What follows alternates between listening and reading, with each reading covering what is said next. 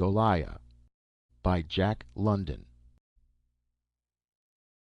In 1924, to be precise, on the morning of January 3rd, the city of San Francisco awoke to read in one of its daily papers a curious letter, which had been received by Walter Bassett, and which had evidently been written by some crank. Walter Bassett was the greatest captain of industry west of the Rockies, and was one of the small group that controlled the nation in everything but name. As such, he was the recipient of lucubrations from countless cranks. But this particular lucubration was so different from the average ruck of similar letters that, instead of putting it into the wastebasket, he had turned it over to a reporter. It was signed Goliah, and the superscription gave his address as Palgrave Island. The letter was as follows: Mr. Walter Bassett, Dear Sir, I am inviting you with 9 of your fellow captains of industry to visit me here on my island for the purpose of considering plans for the reconstruction of society upon a more rational basis. Up to the present, social evolution has been a blind, aimless, blundering thing. The time has come for a change. Man has risen from the vitalized slime of the primeval sea to the mastery of matter, but he has not yet mastered society. Man is today as much the slave to his collective stupidity as 100,000 generations ago he was a slave to matter. There are 2 theoretical methods whereby man may become the master of society, and make of society an intelligent and efficacious device for the pursuit and capture of happiness and laughter. The first theory advances the proposition that no government can be wiser or better than the people that compose that government, that reform and development must spring from the individual, that in so far as the individuals become wiser and better, by that much will their government become wiser and better. In short, that the majority of the individuals must become wiser and better before their government becomes wiser and better. The mob, the political convention, the abysmal brutality and stupid ignorance of all concourses of people give the lie to this theory. In a mob, the collective intelligence and mercy is that of the least intelligent and most brutal members that compose the mob. On the other hand, 1,000 passengers will surrender themselves to the wisdom and discretion of the captain when their ship is in a storm on a sea. In such matter, he is the wisest and most experienced among them. The second theory advances the proposition that the majority of the people are not pioneers, that they are weighted down by the inertia of the established, that the government that is representative of them represents only their feebleness and futility and brutishness, that this blind thing called government is not the serf of their wills, but that they are the serfs of it. In short, speaking always of the great mass, that they do not make government, but that government makes them, and that government is and has been a stupid and awful monster, misbegotten of the glimmerings of intelligence that come from the inertia-crushed mass. Personally, I incline to the second theory. Also, I am impatient. For 100,000 generations, from the first social groups of our savage forebears, government has remained a monster. Today, the inertia-crushed mass has less laughter in it than ever before. In spite of man's mastery of matter, human suffering and misery and degradation mar the fair world. Wherefore I have decided to step in and become captain of this world ship for a while. I have the intelligence and the wide vision of the skilled expert. Also, I have the power. I shall be obeyed. The men of all the world shall perform my bidding, and make governments so that they shall become laughter producers. These modeled governments I have in mind shall not make the people happy, wise, and noble by decree, but they shall give opportunity for the people to become happy, wise, and noble. I have spoken. I have invited you and 9 of your fellow captains to confer with me. On March 3rd, the yacht Energon will sail from San Francisco. You are requested to be on board the night before. This is serious. The affairs of the world must be handled for a time by a strong hand. Mine is that strong hand. If you fail to obey my summons, you will die. Candidly, I do not expect that you will obey, but your death for failure to obey will cause obedience on the part of those I subsequently summon. You will have served a purpose, And please remember that I have no unscientific sentimentality about the value of human life. I carry always in the background of my consciousness the innumerable billions of lives that are to laugh and be happy in future eons on the earth. Yours for the reconstruction of society, Goliah. The publication of this letter did not cause even local amusement. Men might have smiled to themselves as they read it, but it was so palpably the handiwork of a crank that it did not merit discussion. Interest did not arouse till next morning. An Associated Press dispatch to the Eastern States, followed by interviews by eager-nosed reporters, had brought out the names of the other 9 captains of industry who had received similar letters, but who had not thought the matter of sufficient importance to be made public. But the interest aroused was mild, and it would have died out quickly had not Gabberton cartooned a chronic presidential aspirant as Goliah. Then came the song that was sung hilariously from sea to sea, with the refrain, "Goliah will catch you if you don't watch out." The weeks passed, and the incident was forgotten. Walter Bassett had forgotten it likewise, but on the evening of February 22nd he was called to the telephone by the collector of the port. "I just want to tell you," said the latter, "that the yacht Energon has arrived and gone to anchor in the stream off Pier 7. What happened that night Walter Bassett has never divulged, but it is known that he rode down in his auto to the waterfront, chartered one of Crowley's launches, and was put aboard the strange yacht. It is further known that when he returned to the shore 3 hours later, he immediately dispatched a sheaf of telegrams to his 9 fellow captains of industry who had received letters from Goliah. These telegrams were similarly worded, and read, "The yacht Energon has arrived. There is something in this. I advise you to come." Bassett was laughed at for his pains. It was a huge laugh that went up, for his telegrams had been made public, and the popular song on Goliah revived and became more popular than ever. Goliah and Bassett were cartooned and lampooned unmercifully, the former as the Old Man of the Sea, riding on the latter's neck. The laugh tittered and rippled through clubs and social circles, was restrained merrily in the editorial columns, and broke out in loud guffaws in the comic weeklies. There was a serious side as well, and Bassett's sanity was gravely questioned by many, and especially by his business associates. Bassett had never been a short-tempered man, and after he sent the second sheaf of telegrams to his brother captains and had been laughed at again, he remained silent. In this second sheaf he had said, "Come, I implore you, as you value your life, come." He arranged all his business affairs for an absence, and on the night of March 2nd went on board the Energon. The latter, properly cleared, sailed next morning, and next morning the newsboys in every city in town were crying "Extra!"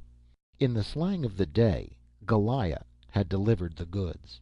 The 9 captains of industry who had failed to accept his invitation were dead. A sort of violent disintegration of the tissues was the report of the various autopsies held on the bodies of the slain millionaires. Yet the surgeons and physicians, the most highly skilled in the land, had participated, would not venture the opinion that the men had been slain. Much less would they venture the conclusion at the hands of parties unknown. It was all too mysterious. They were stunned. Their scientific credulity broke down. They had no warrant in the whole domain of science for believing that an anonymous person on Palgrave Island had murdered the poor gentleman. One thing was quickly learned, however, namely that Palgrave Island was no myth. It was charted and well known to all navigators, lying on the line of 160 west longitude, right at its intersection by the 10th parallel north latitude, and only a few miles away from Diana Shoal. Like Midway and Fanning, Palgrave Island was isolated, volcanic, and coral in formation. Furthermore, it was uninhabited. A survey ship in 1887 had visited the place and reported the existence of several springs and of a good harbor that was very dangerous of approach. And that was all that was known of the tiny speck of land that was soon to have focused on it the awed attention of the world. Goliah remained silent until March 24th. On the morning of that day the newspapers published his second letter, copies of which had been received by the 10 chief politicians of the United States, 10 leading men in the political world who were conventionally known as statesmen. The letter, with the same superscription as before, was as follows: Dear Sir, I have spoken in no uncertain tone. I must be obeyed. You may consider this an invitation or a summons, but if you still wish to tread this earth and laugh, you will be aboard the yacht Energon in San Francisco Harbor not later than the evening of April 5th. It is my wish and my will that you confer with me here on Palgrave Island in the matter of reconstructing society upon some rational basis. Do not misunderstand me when I tell you that I am one with a theory. I want to see that theory work, and therefore I call upon your cooperation. In this theory of mine, lives are but pawns. I deal with quantities of lives. I am after laughter, and those that stand in the way of laughter must perish. The game is big. There are 1,500 million human lives today on the planet. What is your single life against them? It is as naught in my theory. And remember that mine is the power. Remember that I am a scientist, and that one life or 1,000,000 lives mean nothing to me as arrayed against the countless billions of lives of the generations to come. It is for their laughter that I seek to reconstruct society now, and against them your own meager little life is a paltry thing indeed. Whoso has the power can command his fellows. By virtue of that military device known as the phalanx, Alexander conquered his bit of the world. By virtue of that chemical device, gunpowder, Cortez, with his several hundred cutthroats, conquered the empire of the Montezumas. Now I am in possession of a device that is all my own. In the course of a century, not more than half a dozen fundamental discoveries or inventions are made. I have made such an invention. The possession of it gives me the mastery of the world. I shall use this invention, not for commercial exploitation, but for the good of humanity. For that purpose I want help, willing agents, obedient hands, and I am strong enough to compel the service. I am taking the shortest way, though I am in no hurry. I shall not clutter my speed with haste. The incentive of material gain developed man from the savage to the semi-barbarian he is today. This incentive has been a useful device for the development of the human, but it has now fulfilled its function, and is ready to be cast aside into the scrap heap of rudimentary vestiges, such as gills in the throat and belief in the divine right of kings. Of course you do not think so, but I do not see that that will prevent you from aiding me to fling the anachronism into the scrap heap. For I tell you now that the time has come when mere food and shelter and similar sordid things shall be automatic, as free and easy and involuntary of access as the air. I shall make them automatic. What of my discovery and the power that discovery gives me? And with food and shelter automatic, the incentive of material gain passes away from the world forever. With food and shelter automatic, the higher incentives will universally obtain, the spiritual, aesthetic, and intellectual incentives that will tend to develop and make beautiful and noble body, mind, and spirit. Then all the world will be dominated by happiness and laughter. It will be the reign of universal laughter. Yours for that day, Goliah. Still the world would not believe. The 10 politicians were at Washington, so that they did not have the opportunity of being convinced that Bassett had had, and not one of them took the trouble to journey to San Francisco to make the opportunity. As for Goliah, he was hailed by the newspapers as another Tom Lawson with a panacea, and there were specialists in mental diseases who, by analysis of Goliah's letters, proved conclusively that he was a lunatic. The yacht Energon arrived in the harbor of San Francisco on the afternoon of April 5th, and Bassett came ashore. But the Energon did not sail the next day, for not one of the 10 summoned politicians had elected to make the journey to Palgrave Island. The newsboys, however, called "Extra" that day in all the cities. The 10 politicians were dead. The yacht, lying peacefully at anchor in the harbor, became the center of excited interest. She was surrounded by a flotilla of launches and rowboats, and many tugs and steamboats ran excursions to her. While the rabble was firmly kept off, the proper authorities and even reporters were permitted to board her. The mayor of San Francisco and the chief of police reported that nothing suspicious was to be seen upon her, and the port authorities announced that her papers were correct and in order in every detail. Many photographs and columns of descriptive matter were run in the newspapers. The crew was reported to be composed principally of Scandinavians, fair-haired, blue-eyed Swedes, Norwegians afflicted with the temperamental melancholy of their race, stolid Russian Finns, and a slight sprinkling of Americans and English. It was noted that there was nothing mercurial and flyaway about them. They seemed weighty men, oppressed by a sad and stolid bovine sort of integrity. A sober seriousness and enormous certitude characterized all of them. They appeared men without nerves and without fear, as though upheld by some overwhelming power, or carried in the hollow of some superhuman hand. The captain, a sad-eyed, strong-featured American, was cartooned in the papers as Gloomy Gus, the pessimistic hero of the comic supplement. Some sea captain recognized the Energon as the yacht Scud, once owned by Merivale of the New York Yacht Club. With this clue it was soon ascertained that the Scud had disappeared several years before. The agent who sold her reported the purchaser to be merely another agent, a man he had seen neither before nor since. The yacht had been reconstructed at Duffy's shipyard in New Jersey. The change in her name and registry occurred at that time, and had been legally executed. Then the Energon had disappeared in the shroud of mystery. In the meantime, Bassett was going crazy. At least his friends and business associates said so. He kept away from his vast business enterprises, and said that he must hold his hands until the other masters of the world could join him in the reconstruction of society. Proof indubitable that Goliah's bee had entered his bonnet. To reporters he had little to say. He was not at liberty, he said, to relate what he had seen on Palgrave Island, but he could assure them that the matter was serious, the most serious thing that had ever happened. His final word was that the world was on the verge of a turnover, for good or ill he did not know, but one way or the other he was absolutely convinced that the turnover was coming. As for business, business could go hang. He had seen things, he had, and that was all there was to it.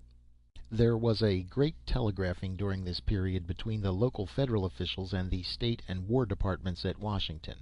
A secret attempt was made late one afternoon to board the Energon and place the captain under arrest, the Attorney General having given the opinion that the captain could be held for the murder of the 10 statesmen. The government launch was seen to leave Megg's Wharf and steer for the Energon, and that was the last ever seen of the launch and the men on board of it. The government tried to keep the affair hushed up, but the cat was slipped out of the bag by the families of the missing men, and the papers were filled with monstrous versions of the affair. The government now proceeded to extreme measures. The battleship Alaska was ordered to capture the strange yacht, or failing that, to sink her. These were secret instructions, but thousands of eyes from the waterfront and from the shipping in the harbor witnessed what happened that afternoon. The battleship got under way and steamed slowly toward the Energon. At half a mile distant the battleship blew up. Simply blew up, that was all, her shattered frame sinking to the bottom of the bay, a riff-raff of wreckage and a few survivors strewing the surface. Among the survivors was a young lieutenant who had had charge of the wireless on board the Alaska. The reporters got a hold of him first, and he talked. No sooner had the Alaska got under way, he said, than a message was received from the Energon. It was in the international code, and it was a warning to the Alaska to come no nearer than half a mile. He had sent the message through the speaking tube immediately to the captain. He did not know anything more, except that the Energon twice repeated the message, and that 5 minutes afterward the explosion occurred. The captain of the Alaska had perished with his ship, and nothing more was to be learned. The Energon, however, promptly hoisted anchor and cleared out to sea. A great clamor was raised by the papers. The government was charged with cowardice and vacillation in its dealings with a mere pleasure yacht and a lunatic who called himself Goliah, and immediate and decisive action was demanded. Also, a great cry went up about the loss of life, especially the wanton killing of the 10 statesmen. Goliah promptly replied. In fact, so prompt was his reply that the experts in wireless telegraphy announced that, since it was impossible to send wireless messages so great a distance, Goliah was in their very midst and not on Palgrave Island. Goliah's letter was delivered to the Associated Press by a messenger boy who had been engaged on the street. The letter was as follows: "What are a few paltry lives? In your insane wars you destroy millions of lives and think nothing of it. In your fratricidal commercial struggle you kill countless babies, women, and men, and you triumphantly call the shambles individualism. I call it anarchy. I am going to put a stop to your wholesale destruction of human beings. I want laughter, not slaughter. Those of you who stand in the way of laughter will get slaughter. Your government is trying to delude you into believing that the destruction of the Alaska was an accident. Know here and now that it was by my orders that the Alaska was destroyed. In a few short months all battleships on all seas will be destroyed or flung to the scrap heap, and all nations shall disarm. Fortresses shall be dismantled, armies disbanded, and warfare shall cease from the earth. Mine is the power. I am the will of God. The whole world shall be in vassalage to me, but it shall be a vassalage of peace. I am Goliah. Blow Palgrave Island out of the water, was the headline retort of the newspapers. The government was of the same frame of mind, and the assemblage of fleets began. Walter Bassett broke out in ineffectual protest, but was swiftly silenced by the threat of a lunacy commission. Goliah remained silent. Against Palgrave Island 5 great fleets were hurled: the Asiatic Squadron, the South Pacific Squadron, the North Pacific Squadron, the Caribbean Squadron, and half of the North Atlantic Squadron, the 2 latter coming through the Panama Canal. I have the honor to report that we sighted Palgrave Island on the evening of April 29th, ran the report of Captain Johnson of the battleship North Dakota to the Secretary of the Navy. The Asiatic Squadron was delayed and did not arrive until the morning of April 30. A council of the admirals was held, and it was decided to attack early next morning. The destroyer Swift 7 crept in unmolested and reported no warlike preparations on the island. It noted several small merchant steamers in the harbor, and the existence of a small village in a hopelessly exposed position that could be swept by our fire. It had been decided that all the vessels should rush in scattered upon the island, opening fire at 3 miles, and continuing to the edge of the reef, there to retain loose formation and engage. Palgrave Island repeatedly warned us by wireless in the international code to keep outside the 10-mile limit, but no heed was paid to the warnings. The North Dakota did not take part in the movement of the morning of May 1st. This was due to a slight accident of the preceding night that temporarily disabled her steering gear. The morning of May 1st broke clear and calm. There was a slight breeze from the southwest that quickly died away. The North Dakota lay 12 miles off the island. At the signal, the squadrons charged in upon the island from all sides at full speed. Our wireless receiver continued to tick off warnings from the island.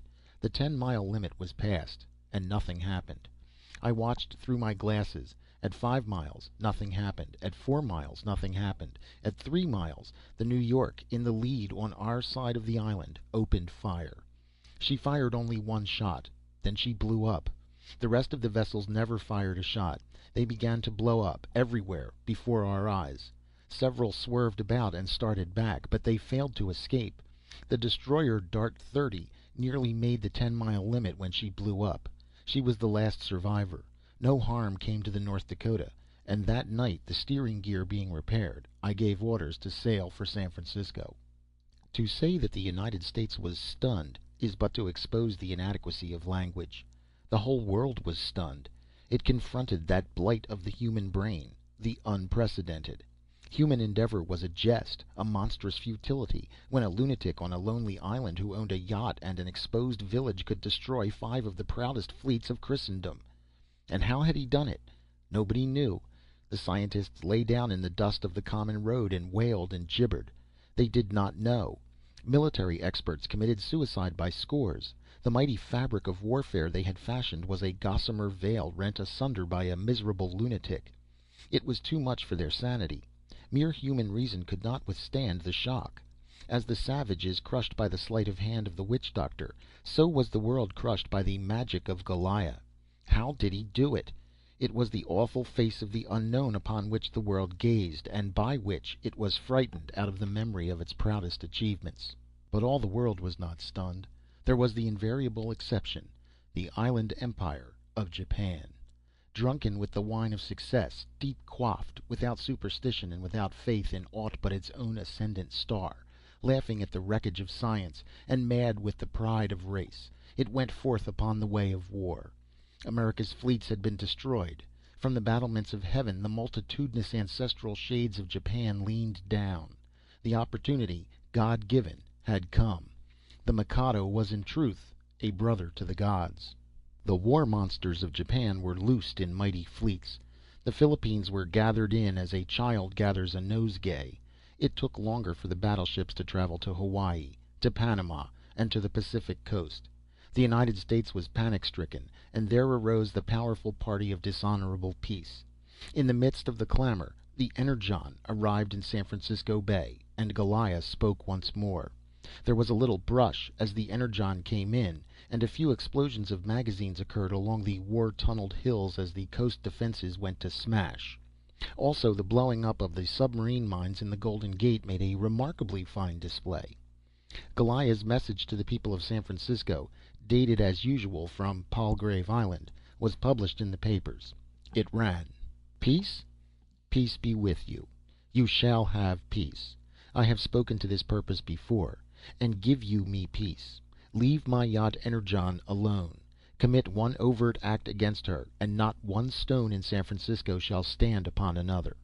Tomorrow let all good citizens go out upon the hills that slope down to the sea. Go with music and laughter and garlands. Make festival for the new age that is dawning. Be like children upon your hills, and witness the passing of war. Do not miss the opportunity. It is your last chance to behold what henceforth you will be compelled to seek in museums of antiquity. I promise you a merry day. Goliah. The madness of magic was in the air. With the people it was as if all their gods had crashed and the heavens still stood. Order and law had passed away from the universe, but the sun still shone, the wind still blew, the flowers still bloomed. That was the amazing thing about it. That water should continue to run downhill was a miracle. All the stabilities of the human mind and human achievement were crumbling. The one stable thing that remained was Goliah, a madman on an island. And so it was that the whole population of San Francisco went forth the next day in colossal frolic upon the hills that overlooked the sea. Brass bands and banners went forth, brewery wagons and Sunday school picnics, all the strange heterogeneous groupings of swarming metropolitan life. On the sea rim rose the smoke from the funnels of 100 hostile vessels of war, all converging upon the helpless, undefended Golden Gate. And not all undefended, for out through the Golden Gate moved the Energon, a tiny toy of white, rolling like a straw in the stiff sea on the bar where a strong ebb tide ran in the teeth of the summer sea breeze. But the Japanese were cautious.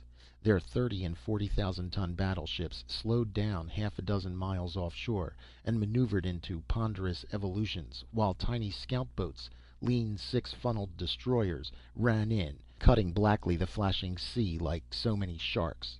But compared with the Energon, they were leviathans. Compared with them, the Energon was as the sword of the Archangel Michael, and they the forerunners of the hosts of hell. But the flashing of the sword the good people of San Francisco, gathered on her hills, never saw. Mysterious, invisible, it cleaved the air and smote the mightiest blows of combat the world had ever witnessed. The good people of San Francisco saw little and understood less. They saw only 1.5 million tons of brine-cleaving, thunder-flinging fabrics hurled skyward and smashed back in ruin to sink into the sea. It was all over in 5 minutes. Remained upon the wide expanse of sea only the Energon, rolling white and toy-like on the bar. Goliah spoke to the Mikado and the elder statesman. It was only an ordinary cable message, dispatched from San Francisco by the captain of the Energon, but it was of sufficient moment to cause the immediate withdrawal of Japan from the Philippines and of her surviving fleets from the sea. Japan, the skeptical, was converted. She had felt the weight of Goliah's arm, and meekly she obeyed when Goliah commanded her to dismantle her war vessels and to turn the metal into useful appliances for the arts of peace. In all the ports, navy yards, machine shops, and foundries of Japan, tens of thousands of brown-skinned artisans converted the war monsters into myriads of useful things, such as plowshares (Goliah insisted on plowshares), gasoline engines, bridge trusses, telephone and telegraph wires, steel rails, locomotives, and rolling stock for railways. It was a world penance for a world to see, and paltry indeed it made appear that earlier penance, barefooted in the snow, of an emperor to a pope for daring to squabble over temporal power. Goliah's next summons was to the 10 leading scientists of the United States. This time there was no hesitancy in obeying. The savants were ludicrously prompt, some of them waiting in San Francisco for weeks so as not to miss the scheduled sailing date. They departed on the Energon on June 15th, and while they were on the sea, on the way to Palgrave Island, Goliah performed another spectacular feat. Germany and France were preparing to fly at each other's throats. Goliah commanded peace. They ignored the command, tacitly agreeing to fight it out on land where it seemed safer for the belligerently inclined. Goliah set the date of June 19th for the cessation of hostile preparations. Both countries mobilized their armies on June 18th and hurled them at the common frontier. And on June 19th, Goliah struck. All generals, war secretaries, and jingo leaders in the two countries died on that day, and that day two vast armies, undirected, like strayed sheep, walked over each other's frontiers and fraternized. But the great German warlord had escaped. It was learned afterward by hiding in a huge safe where were stored the secret archives of his empire. And when he emerged, he was a very pentient warlord, and like the Mikado of Japan, he was set to work beating his sword blades into plowshares and pruning hooks. But in the escape of the German emperor was discovered a great significance. The scientists of the world plucked up courage, got back their nerve. One thing was conclusively evident: Goliah's power was not magic. Law still reigned in the universe. Goliah's power had limitations, else had the German emperor not escaped by secretly hiding in a steel safe. Many learned articles on the subject appeared in the magazines. The 10 top scientists arrived back from Palgrave Island on July 6. Heavy platoons of police protected them from the reporters. No, they had not seen Goliah, they said in the one official interview that was vouchsafed, but they had talked with him, and they had seen things. They were not permitted to state definitely all that they had seen and heard, but they could say that the world was about to be revolutionized. Goliah was in the possession of a tremendous discovery that placed all the world at his mercy, and it was a good thing for the world that Goliah was merciful. The 10 scientists proceeded directly to Washington on a special train, where for days they were closeted with the heads of government, while the nation hung breathless on the outcome. But the outcome was a long time in arriving. From Washington the President issued commands to the masters and leading figures of the nation. Everything was secret. Day by day deputations of bankers, railway lords, captains of industry, and Supreme Court justices arrived, and when they arrived, they remained. The weeks dragged on, and then on. August 25th began the famous issuance of proclamations. Congress and the Senate cooperated with the President in this, while the Supreme Court justices gave their sanction, and the money lords and captains of industry agreed. War was declared upon the capitalist masters of the nation. Martial law was declared over the whole United States, and the supreme power was vested in the President. In one day, child labor in the whole country was abolished. It was done by decree, and the United States was prepared with its army to enforce its decree. In the same day, all women factory workers were dismissed to their homes, and all the sweatshops were closed. "But we cannot make profits," wailed the petty capitalists. "Fools," was the retort of Goliah. "As if the meaning of life were profits. Give up your businesses and your profit mongering." "But there is nobody to buy our business," they wailed. "Buy and sell. Is that all the meaning life has for you?" replied Goliah. "You have nothing to sell. Turn over your little cutthroating anarchistic businesses to the government so that they may be rationally organized and operated." And the next day, by decree, the government began taking possession of all factories, shops, mines, ships, railroads, and producing lands. The nationalization of the means of production and distribution went on apace. Here and there were skeptical capitalists of the moment. They were made prisoners and hauled to Palgrave Island, and when they returned they always acquiesced in what the government was doing. A little later the journey to Palgrave Island became unnecessary. When objection was made, the reply of the officials was, "Goliah has spoken," which was another way of saying he must be obeyed. The captains of industry became heads of departments. It was found that civil engineers, for instance, worked just as well in government employ as before they had worked in private employ. It was found that men of high executive ability could not violate their nature. They could not escape exercising their executive ability any more than a crab could escape crawling or a bird could escape flying. And so it was that all the splendid force of the men who had previously worked for themselves was now put to work for the good of society. The half dozen great railway chiefs cooperated in the organizing of a national system of railways that was amazingly efficacious. Never again was there such a thing as a car shortage. These chiefs were not the Wall Street railway magnates, but they were the men who formerly had done the real work while in the employ of the Wall Street magnates. Wall Street was dead. There was no more buying and selling and speculating. Nobody had anything to buy or sell. There was nothing in which to speculate.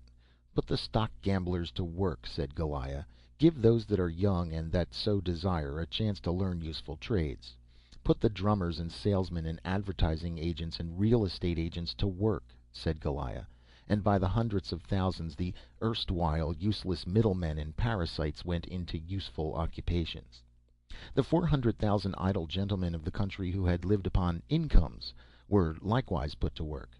Then there were a lot of helpless men in high places who were cleared out, the remarkable thing about this being that they were cleared out by their own fellows. Of this class were the professional politicians, whose wisdom and power consisted of manipulating machine politics and of grafting. There was no longer any graft, since there were no private interests to purchase special privileges. No bribes were offered to legislators, and legislators for the first time legislated for the people. The result was that men who were efficient, not in corruption, but in direction, found their way into the legislatures. With this rational organization of society, amazing results were brought about. The national day's work was 8 hours, and yet production increased. In spite of the great permanent improvements, and of the immense amount of energy consumed in systematizing the competitive chaos of society, production doubled and tripled upon itself. The standard of living increased, and still consumption could not keep up with production. The maximum working age was decreased to 50 years, to 49 years, and to 48 years. The minimum working age went up from 16 years to 18 years. The 8-hour day became a 7-hour day, and in a few months the national working day was reduced to 5 hours. In the meantime, glimmerings were being caught, not of the identity of Goliah, but of how he had worked and prepared for his assuming control of the world. Little things leaked out, clues were followed up, apparently unrelated things were pieced together. Strange stories of blacks stolen from Africa were remembered, of Chinese and Japanese contract coolies who had mysteriously disappeared, of lonely South Sea islands raided and their inhabitants carried away. Stories of yachts and merchant steamers mysteriously purchased that had disappeared, and their descriptions of which remotely tallied with the crafts that had carried the Orientals and Africans and Islanders away. Where had Goliah got the sinews of war was the question, and the surmised answer was, by exploiting these stolen laborers. It was they that lived in the exposed village on Palgrave Island. It was the product of their toil that had purchased the yachts and merchant steamers and enabled Goliah's agents to permeate society and carry out his will. And what was the product of their toil that had given Goliah the wealth necessary to realize his plans? Commercial radium, the newspapers proclaimed, and radiite and radiosole, and argadium and argite, and the mysterious golite that had proved so valuable in metallurgy.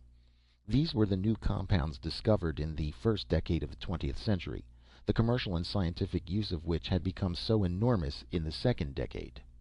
The line of fruit boats that ran from Hawaii to San Francisco was declared to be the property of Goliah. This was surmise, for no other owners could be discovered, and the agents who had handled the shipments of the fruit boats were only agents. Since no one else owned the fruit boats, then Goliah must own them. The point of which is that it leaked out that the major portion of the world's supply in these precious compounds was brought to San Francisco by those very fruit boats. That the whole chain of surmise was correct was proved in later years when Goliah's slaves were liberated and honorably pensioned by the international government of the world. It was at that time that the seal of secrecy was lifted from the lips of his agents and higher emissaries, and those that chose revealed much of the mystery of Goliah's organization and methods. His destroying angels, however, remained forever dumb. Who the men were who went forth to the high places and killed at his bidding will be unknown to the end of time, for kill they did, by means of that very subtle and then mysterious force that Goliah had discovered and named Energon. But at that time, Energon, the little giant that was destined to do the work of the world, was unknown and undreamt of. Only Goliah knew, and he kept his secret well. Even his agents, who were armed with it, and who, in the case of the yacht Energon, destroyed a mighty fleet of warships by exploding their magazines, knew not what the subtle and potent force was, nor how it was manufactured. They knew only one of its many uses, and in that one use they had been instructed by Goliah. It is now well known that radium and radiite and radiosol and all the other compounds were byproducts of the manufacture of Energon by Goliah from the sunlight.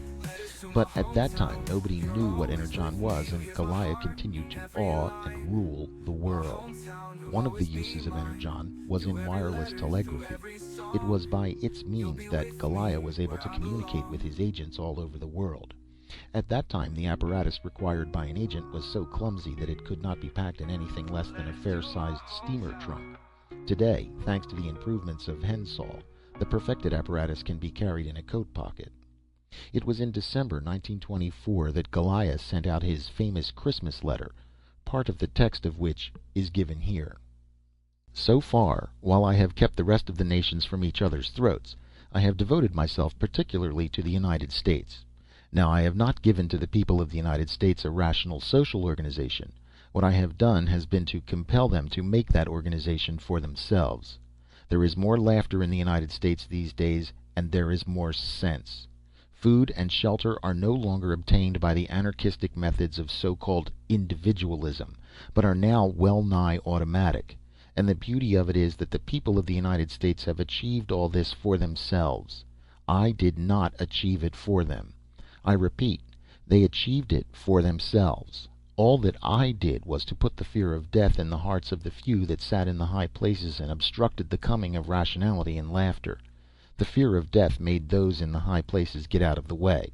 That was all, and gave the intelligence of man a chance to realize itself socially. In the year that is to come, I shall devote myself to the rest of the world. I shall put the fear of death in the hearts of all that sit in the high places in all the nations. And they will do as they have done in the United States, get down out of the high places and give the intelligence of man a chance for social rationality. All the nations shall tread the path the United States is now on. And when all the nations are well along that path, I shall have something else for them. But first they must travel that path for themselves.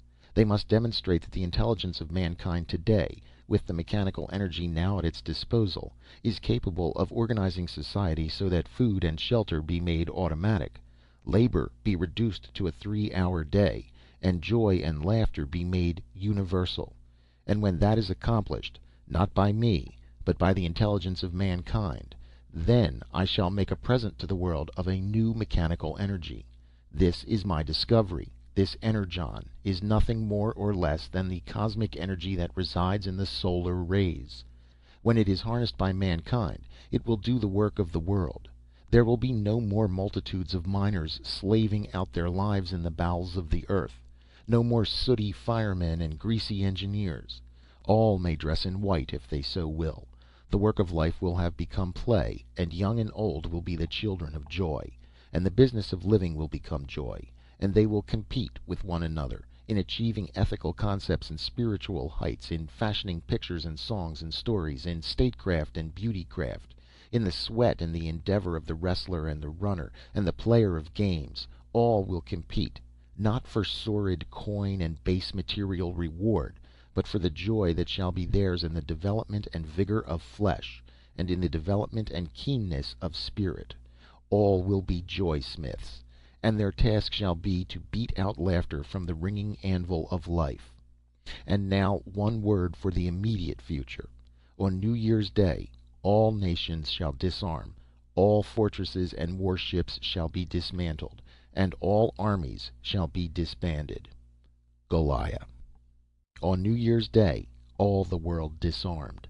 The millions of soldiers and sailors and workmen in the standing armies, in the natives, and in the countless arsenals, machine shops, and factories for the manufacture of war machinery were dismissed to their homes. These many millions of men, as well as their costly war machinery, had hitherto been supported on the back of labor. They now went into useful occupations, and the released labor giant heaved a mighty sigh of relief. The policing of the world was left to the peace officers, and was purely social, whereas war had been distinctly antisocial. 90% of the crimes against society had been crimes against private property. With the passing of private property, at least in the means of production, and with the organization of industry that gave every man a chance, the crimes against private property practically ceased. The police forces everywhere were reduced repeatedly, and again and again. Nearly all occasional and habitual criminals ceased voluntarily from their depredations. There was no longer any need for them to commit crime. They merely changed with changing conditions. A smaller number of criminals was put into hospitals and cured, and the remnant of the hopelessly criminal and degenerate was segregated. And the courts in all countries were likewise decreased in number again and again. 95% of all civil cases had been squabbles over property, conflicts of property rights, lawsuits, contests of wills, breaches of contract, bankruptcies, etc. With the passing of private property, this 95% of the cases that cluttered the courts also passed. The courts became shadows, attenuated ghosts, rudimentary vestiges of the anarchistic times that had preceded the coming of Goliah. The year 1925 was a lively year in the world's history. Goliah ruled the world with a strong hand. Kings and emperors journeyed to Palgrave Island, saw the wonders of Energon, and went away with the fear of death in their hearts to abdicate thrones and crowns and hereditary licenses. When Goliah spoke to politicians, so-called statesmen, they obeyed or died. He dictated universal reforms, dissolved refractory parliaments, and to the great conspiracy that was formed of munitions money lords and captains of industry, he sent his destroying angels. The time is past for fooling, he told them. You are anachronisms. You stand in the way of humanity. To the scrap heap with you. To those that protested, and they were many, he said, this is no time for logomachy. You can argue for centuries. It is what you have done in the past. I have no time for argument. Get out of the way. With the exception of putting a stop to war and of indicating the broad general plan, Goliah did nothing. By putting the fear of death into the hearts of those that sat in the high places and obstructed progress, Goliah made the opportunity for the unshackled intelligence of the best social thinkers of the world to exert itself. Goliah left all the multitudinous details of reconstruction to these social thinkers. He wanted them to prove that they were able to do it, and they proved it. It was due to their initiative that the White Plague was stamped out from the world. It was due to them, and in spite of a deal of protesting from the sentimentalists, that all the extreme hereditary inefficients were segregated and denied marriage. Goliah had nothing whatever to do with the instituting of the colleges of invention. This idea originated practically simultaneously in the minds of thousands of social thinkers. The time was ripe for the realization of the idea, and everywhere arose the splendid institutions of invention. For the first time, the ingenuity of man was loosed upon the problem of simplifying life instead of upon the making of money-earning devices. The affairs of life, such as house cleaning, dish and window washing, dust removing and scrubbing and clothes washing, and all the endless sordid and necessary details, were simplified by invention until they became automatic. We of today cannot realize the barbarously filthy and slavish lives of those that lived prior to 1925. The international government of the world was another idea that sprang simultaneously into the minds of thousands. The successful realization of this idea was a surprise to many, but as a surprise it was nothing that received by the mildly Protestant sociologists and biologists when irrefutable facts exploded the doctrine of Malthus. With leisure and joy in the world, with an immensely higher standard of living, and with the enormous spaciousness of opportunity for recreation, development, and pursuit of beauty and nobility and all the higher attributes, the birth rate fell, and fell astoundingly. People ceased breeding like cattle, and better than that, it was immediately noticeable that a higher average of children was being born. The doctrine of Malthus was knocked into a cocked hat, or flung to the scrap heap, as Goliah would have put it. All that Goliah had predicted that the intelligence of mankind could accomplish with the mechanical energy at its disposal came to pass. Human dissatisfaction practically disappeared. The elderly people were the great grumblers, but when they were honorably pensioned by society as they passed the age of limit for work, the great majority ceased grumbling. They found themselves better off in their idle old days under the new regime, enjoying vastly more pleasure and comforts than they had in their busy and toilsome youth under the old regime. The younger generation had easily adapted itself to the changed order, and the very young had never known anything else. The sum of human happiness had increased enormously. The world had become gay and sane. Even the old fogies of professors of sociology, who had opposed with might and main the coming of the new regime, made no complaint. They were a score of times better remunerated than in old days, and they were not worked nearly so hard. Besides, they were busy revising sociology and writing new textbooks on the subject. Here and there, it is true, there were atavisms, men who yearned for the flesh pots and cannibal feasts of the old alleged individualism, creatures long of teeth and savage of claw who wanted to prey upon their fellow men. But they were looked upon as diseased, and were treated in hospitals. A small remnant, however, proved incurable, and was confined in asylums and denied marriage. Thus there was no progeny to inherit their atavistic tendencies. As the years went by, Goliah dropped out of running the world. There was nothing for him to run. The world was running itself and doing it smoothly and beautifully. In 1937, Goliah made his long-promised present of Energon to the world. He himself had devised 1,000 ways in which the little giant could do the work of the world, all of which he made public at the same time. But instantly the colleges of invention seized upon Energon and utilized it in 100,000 additional ways. In fact, as Goliah confessed in his letter of March 1938, the colleges of invention cleared up several puzzling features of Energon that had baffled him during the preceding years. With the introduction of the use of Energon, the 2-hour workday was cut down almost to nothing. As Goliah had predicted, work indeed became play, and so tremendous was man's productive capacity, due to Energon and the rational social utilization of it, that the humblest citizen enjoyed leisure and time and opportunity for an immensely greater abundance of living than had the most favored under the old anarchistic system. Nobody had ever seen Goliah, and all the peoples began to clamor for their savior to appear. While the world did not minimize his discovery of Energon, it was decided that greater than that was his wide social vision. He was a Superman, a scientific Superman, and the curiosity of the world to see him had become well nigh unbearable.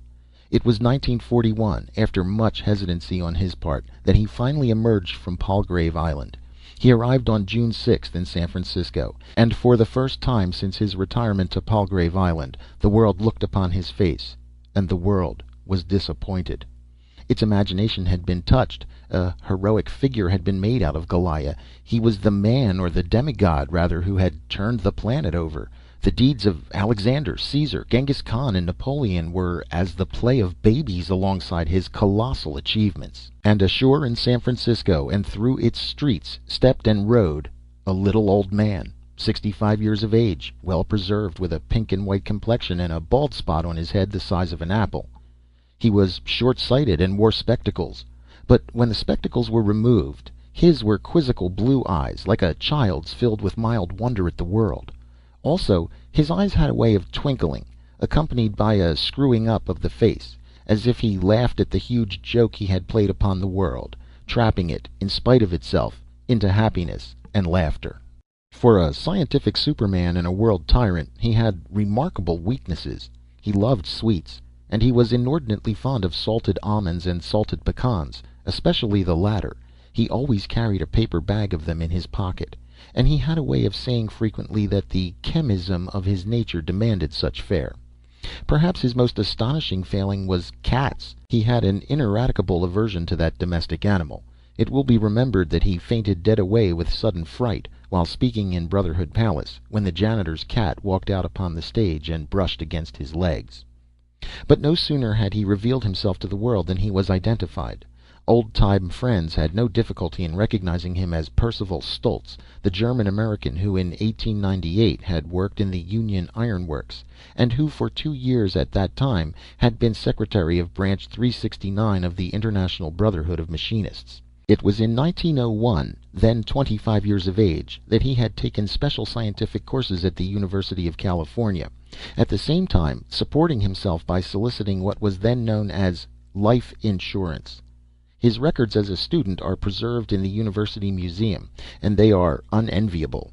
He is remembered by the professors he sat under chiefly for his absent-mindedness. Undoubtedly, even then he was catching glimpses of the wide visions that later were to be his. His naming himself Goliah and shrouding himself in mystery was his little joke, as he later explained. As Goliah, or any other thing like that, he said, he was able to touch the imagination of the world and turn it over. But as Percival Stultz, wearing side whiskers and spectacles and weighing 118 pounds, he would have been unable to turn over a pecan, not even a salted pecan. But the world quickly got over its disappointment in his personal appearance and antecedents. It knew him and revered him as the mastermind of the ages, and it loved him for himself, for his quizzical, short-sighted eyes and the inimitable way in which he screwed up his face when he laughed. It loved him for his simplicity and comradeship and warm humanness, and for his fondness for salted pecans and the aversion to cats. And today, in the wonder city of Asgard, rises in awful beauty that monument to him that dwarfs the pyramids and all the monstrous blood-stained monuments of antiquity. And on that monument, as all know, is inscribed in imperishable bronze the prophecy and the fulfillment: all will be joy-smiths, and their task shall be to beat out laughter from the ringing anvil of life. Editorial note: this remarkable production is the work of Harry Beckwith, a student in the Lowell High School of San Francisco, and it is here reproduced chiefly because of the youth of its author. Far be it from our policy to burden our readers with ancient history, and when it is known that Harry Beckwith was only 15 when the foregoing was written, our motives will be understood. Goliah won the premier for high school composition in 2254, and last year Harry Beckwith took advantage of the privilege earned by electing to spend 6 months in Asgard. The wealth of historical detail, the atmosphere of the times, and the mature style of the composition are especially noteworthy in one so young.